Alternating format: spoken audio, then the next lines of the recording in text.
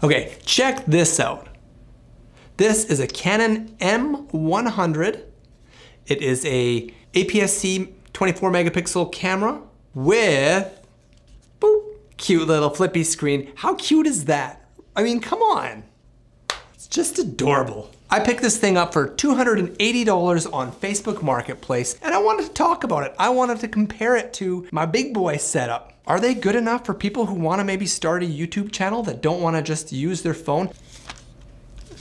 It is an interchangeable body so that you can pick up lenses on it. This is just the little kit lens that comes with it. I'm not gonna lie, the kit lens isn't great. What I wanna know, what I like doing on this channel is comparing things. My setup here costs about $5,000. Can you even believe that? I've bought and sold and traded my way up. I've fought hard for this shot, for these colors. Now that my skills have grown a little bit, is it possible to make a camera like this look like that? I needed to know. Let's go play around with this camera right now. Let's look at some footage and then I will talk about the results at the end of the video. Stabilization looks pretty good. How does the footage look?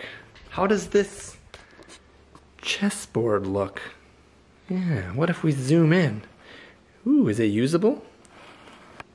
What I'm noticing with this little setup is you need a lot of light. Right now I am by a gigantic window and it looks pretty good. The size of this camera, it's fun. There's something about having a camera that's a smaller form factor, something that's light. I'm vlogging with this right now and my arm's not getting tired. How cool is that? You're not overwhelmed with settings like on most mirrorless cameras. I think it's a really neat little setup. It doesn't have 4K, but who really needs it? Let's get out of the direct sun. I do not have any type of filter on this. Let's see how it looks.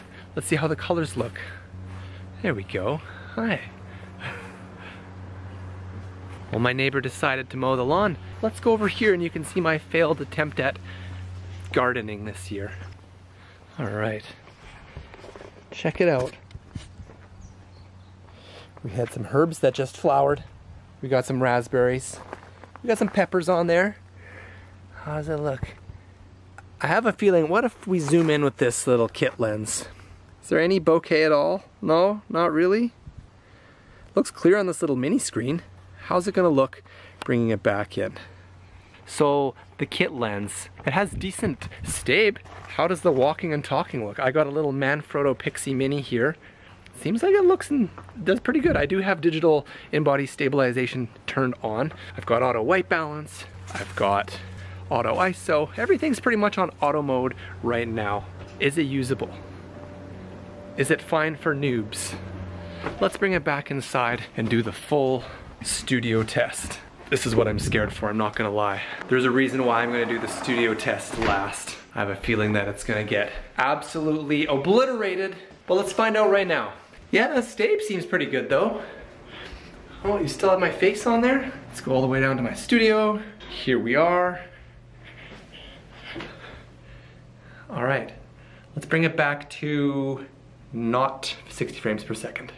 All right, there we are. That's my usual shot with the Sony. I'm about as wide. Okay, I can get a little wider. How does it compare? Is this usable? Could somebody use it? I'm so spoiled. Getting a little camera like this with a tiny sensor and a kit lens at 3.5 compared to a ZV-E, I mean, my goodness, what would you expect? But the question is this usable? Can people get away with it? For less than $300, I mean, come on. This thing is rad. I love using it. It's so small, it's fun. How does it look? I just want to keep testing it out in different environments. I'm just in front of my desk right now. I don't have any lighting on. I am in my studio. Let's close this window a little bit. Let's make it tough. How does it look now? See, oh, I see noise back here. I mean, obviously, this is a little kit lens. I'm putting it through the ringer. Look at this low lighting setup. Working on the video right now. Let's see what it looks like with those lights on. Sure. Could you sit here? See, with the Sony ZV-E1, this would just look amazing. Full frame with a big wide lens like that.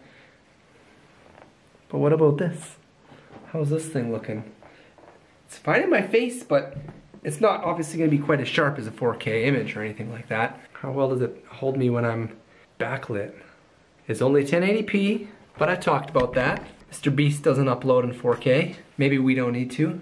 One thing I gotta say too is this battery, killing it. I've been doing B-roll and testing it for hours and I haven't even noticed the battery. It looks like it's not even halfway done. Pretty impressed with the little battery. This little thing is cool.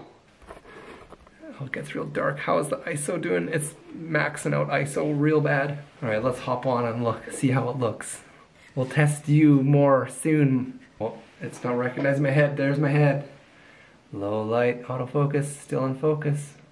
Let's hop back over to the Sony and wrap up talking about this camera for now. Okay, I had a chance to use this camera. I was walking around, put it in a few different environments. I have to say right away, the kit lens is not so great. This camera reminds me a lot of my Sony a6400. This thing might even have better stability. The lineup of lenses for this EF-M mount isn't very robust, and there's not a lot on the used market, so it's hard to get affordable ones. What I was planning on doing was getting this body for a good deal, buying maybe the Sigma 16mm, and then really testing it, because I think that's when this camera would really start to shine. But for me, that lens still costs about $450, so all of a sudden now that would be at about $750 to make this thing sing, which I think it kind of would. As it is, I don't think it really compares. I don't even know if I want to keep it as a B cam. I'm not sure what I'm going to do yet. Because we moved to the island here, there's not as much availability for used camera gear around here. If I was back in the city on the mainland, I would probably wait to find some lenses to really play around with this thing, because I like this camera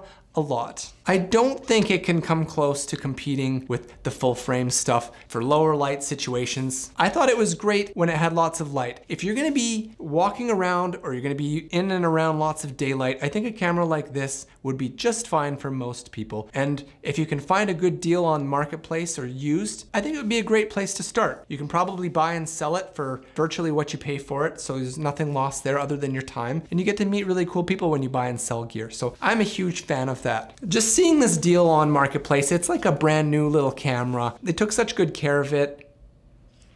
It's fun. I love testing this stuff out. In my next video, I'm gonna do side-by-side comparisons with the Sony ZV-E1 just for fun, for our amusement. Will this thing stand a chance with the kit lens? Probably not. I just sold my A7 IV with the kit lens, so I can't do kit lens versus kit lens because the Sony kit lens is actually pretty good. I did a video on that and I was pretty impressed with the kit lens. This kit lens, on the other hand, not quite as good. So I think this camera with the right lens on it would be great for a lot of people, but for me, with where I'm at, it's just not quite good enough. I don't really want to invest in the EF-M mount ecosystem for right now. Okay, well that's just it. I hope you had some fun watching this. Were you surprised with the results? Let me know in the comments below. When my next video is ready, I will put that here, but maybe in the meantime, check out this video next. As always, thank you so much for watching and the support on my channel. I always learn a lot from everybody on the comments, so I really appreciate when you take time to do that. We'll see you next time on The Sad Studio.